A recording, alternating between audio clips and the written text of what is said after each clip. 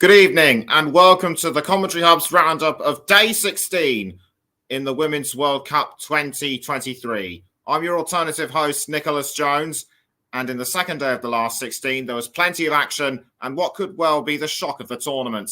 Let's take a look at what happened today.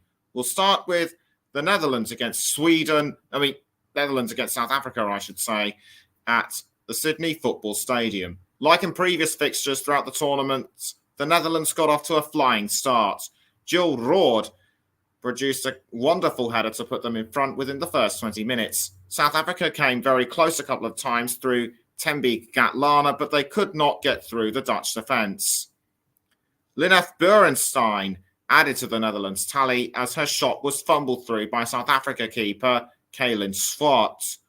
But South Africa go out with their heads held high, and the Netherlands' quarter-final opponents will be Spain on Friday. And we now turn to our featured match, which was Sweden against the USA. I was on commentary duty for that one. The USA were the favourites to beat Sweden, having won the past two World Cups, but they didn't expect such resistance from an informed Sweden throughout the match. While the Stars and Stripes attacked more on the pitch, they were constantly frustrated by Zakira Masovic, the Sweden goalkeeper, and my choice of player of the match. Her saves were just absolutely awesome, and one reason why the match went to the first penalty shootout of the 2023 Women's World Cup. The shootout would go to sudden death, but what defined the shootout was the final kick by Lena Hurtig. Alyssa Nair was thought to have saved it, but referee Stephanie Frappard consulted the VAR room for the final verdict. The verdicts would be in Sweden's favour, and their win over the USA could well be the shock of the tournament, exceeding everything else.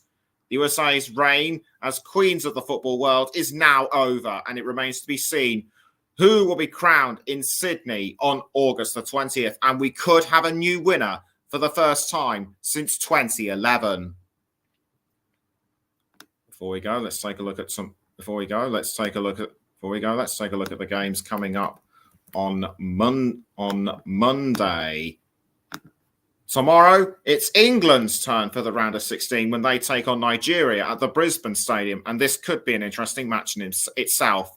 While England may be the more favoured side, Nigeria are not to be underestimated. The match will kick off at 8:30 a.m. UK time, and Ross will be covering this one for us on the TC Hub. And the second match is Australia against Denmark at the Stadium Australia in Sydney, also at 8:30 in the morning, our time, of course. This could be a very tight one and could go to extra time, but can Australia avoid going out at this stage? As the round of 16 is the furthest they've ever gone to. Could the Matildas make history of their own and make the quarterfinals? We'll have to wait and see. Thank you to everyone who has tuned in, and we'll see you tomorrow. Good night.